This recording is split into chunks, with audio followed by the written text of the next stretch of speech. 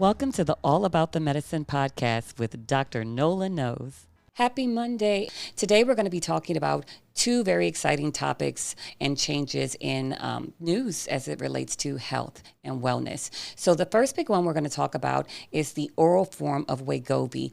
Generic name is Semaglutide. So that's the new Ozempic weight loss drug that everyone's taking to get healthier and lose weight.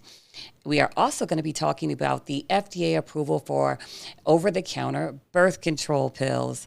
So this is very big news, very exciting.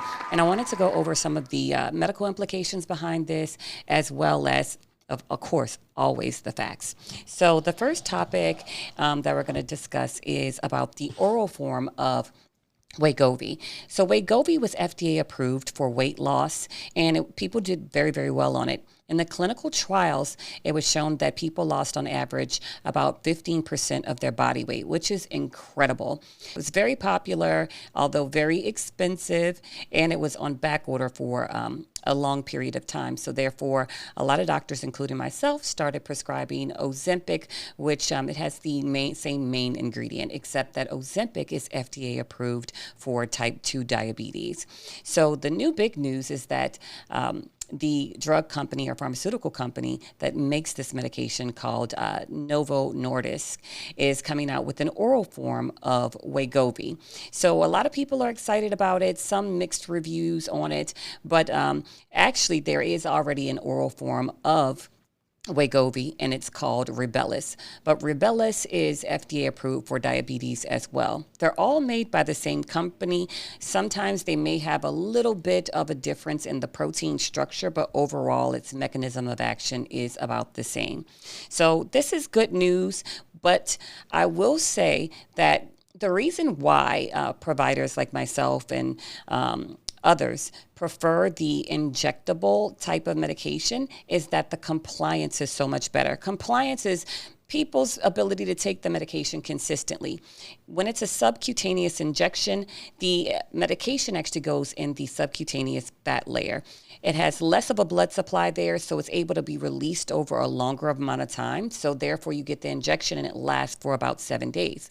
The oral pill would have to be taken daily, and sometimes you may have GI consequences with that. And then you have certain people that may have gotten the gastric sleeve, or if they have any type of Crohn's or ulcerative colitis or anything of that nature, whenever you put the medication into the GI system, you're very dependent on your body's ability to absorb it. So it's exciting. It made headline news, but they already had that medication, and the drug trials showed that when it came to Rybelsus, which is the Semaglutide, the oral form for diabetes, it worked very well. But when it came to weight loss, the patients lost on average 5 to 8 pounds in a 6-month period.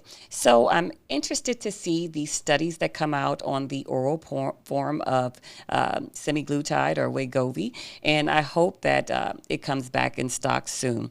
Whenever I get drug reps into my office and they're talking about any new medication, I'm always interested in the cost, because that's going to be a great barrier for getting the medication to the patient. And another interesting fact, so when it comes to cost and insurance coverage, it's state dependent and it's insurance dependent. So for example, I live here in New Orleans, Louisiana. In Louisiana, insurance companies are not required to cover the cost of weight loss medication, although they are required to cover gastric bypass surgery, which is interesting. So I know lawmakers have been talking about it, and hopefully they pass legislation, especially in my state, that allows or kind of nudges insurance companies to cover the medication, because obesity is a very, very big part of causing other downstream health complications, from osteoarthritis, from the extra weight you're carrying around that puts pressure on your knees, all the way to heart disease and diabetes. I also did a little bit of research. Medicaid programs that do cover these obesity drugs on a state level is California, Kansas, Minnesota, Wisconsin, Michigan, Pennsylvania, Virginia, Delaware, Rhode Island, and New Hampshire. So if you live in any of these states, you are lucky, because if you are obese, your insurance company will cover these drugs. But unfortunately, in mine, not so much. And from my experience with my patient population, some of the insurance carriers do cover it, some of them don't. So let's talk about cost. If you wanted to go and buy the medication, most people cannot afford the cost of the medication monthly. So, for example, when it comes to Wegovy, the cash pay price, according to GoodRx, is that the wholesale cost is $1,733. But with the GoodRx coupon, it knocks it down to a, drum roll please, $1,302. Not many people can afford that monthly. And again, if you can find it, because it was on back order for a very long time. So then if we look at the next medication, which is Ozempic, the wholesale price of it is $1,240. But if you get a GoodRx coupon, then it knocks the price down to $905. Oh my God! Pretty pricey. The third drug, which is the newest one, the name of it is Mounjaro, and the wholesale price of that drug, according to GoodRx, is $1,207, but with a coupon, you could get it for $1,057. So not very affordable, right? So it could be the greatest drug in the world, but if the patients cannot afford it, then it's futile. So that's a pretty important, pivot. As time progresses, sometimes drugs get less expensive over time, but there's no way to really tell. The average cost of a gastric sleeve is probably, if I had to guess, $15,000 to $20,000, but it is a surgery and it does have side effects and downtime. I'm going to follow that pill form of Wegovy very closely and see how it comes along. And always, my question for the drug rep is always going to be, well, how much does this cost? So that is the latest updates when it comes to weight loss news. And another sidebar before I get off that topic. According to the CDC, obesity costs the U.S. healthcare system $147 million a year. Because of the lack of Americans to consume a lot of fresh, healthy foods, and also decrease in physical activity. So that is a huge number. Another source reported that if there isn't a huge change in the way that we eat and increasing our physical exercise, by the year 2030, we will be spending about $1.72 trillion, with a T, trillion dollars in healthcare sequelae due to obesity. So that is like whopping. So even though the medications are expensive and it would cost the drug companies more money, which is about like $10,000 a year for each patient, and some patients don't have to be on it for a year, let's just say, it still would be cheaper than not doing that, and the healthcare increase costs for people being obese and not doing anything to rectify that. So moving on to our next topic, the FDA approves the first over-the-counter birth control pill. So let's talk about it. So when it comes to the ability for a medication to be over-the-counter instead of getting a prescription from your provider, is its safety and ability to communicate the safety and consequences of taking the medication to the consumer so that they don't cause any other side effects or death or anything like that. So many other countries have had birth control over the counter for many years.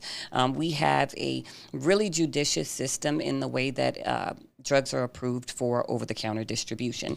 So this over-the-counter birth control pill is going to be called Opill, and it's a progesterone-only birth control. So birth controls, we have several different flavors. You have ones that are triphasic, monophasic, a combination of estrogen and progesterone, or just progesterone only.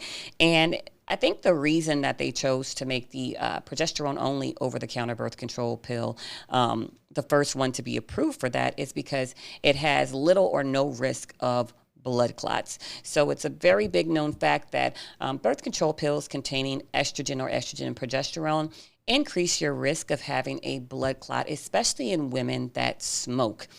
So very serious side effects. Blood clots are very deadly. So I think that's why they went with the progesterone-only birth control pills. Ladies, I still advise you to always speak with your OBGYN or your physician before starting any birth control, and understand that when you're taking oral birth control pills, you must take it every day around the same time for it to be effective.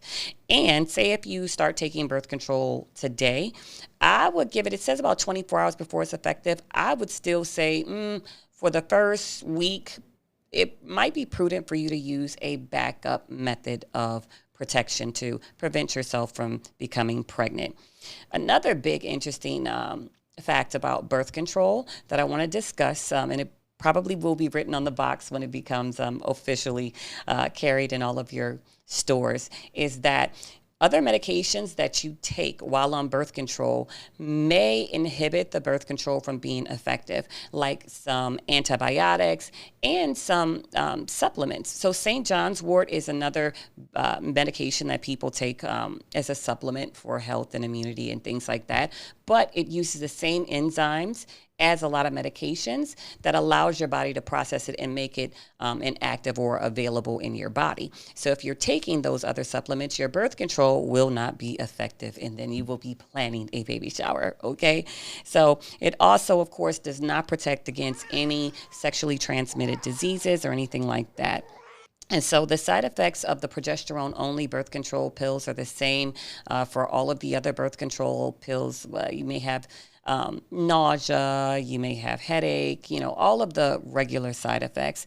And it also is not an emergency contraceptive pill. It is not a plan B. So don't think that, this drugstore does not carry plan B, so I'm going to just get this over-the-counter birth control. It will not work.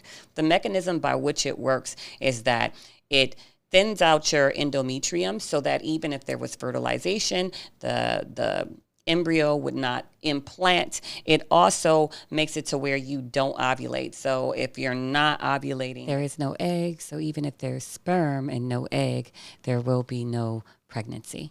But I think it's exciting, especially when it comes to teenagers. If they're thinking about being sexually active, it's going to be pretty cool for them to be able to access contraception.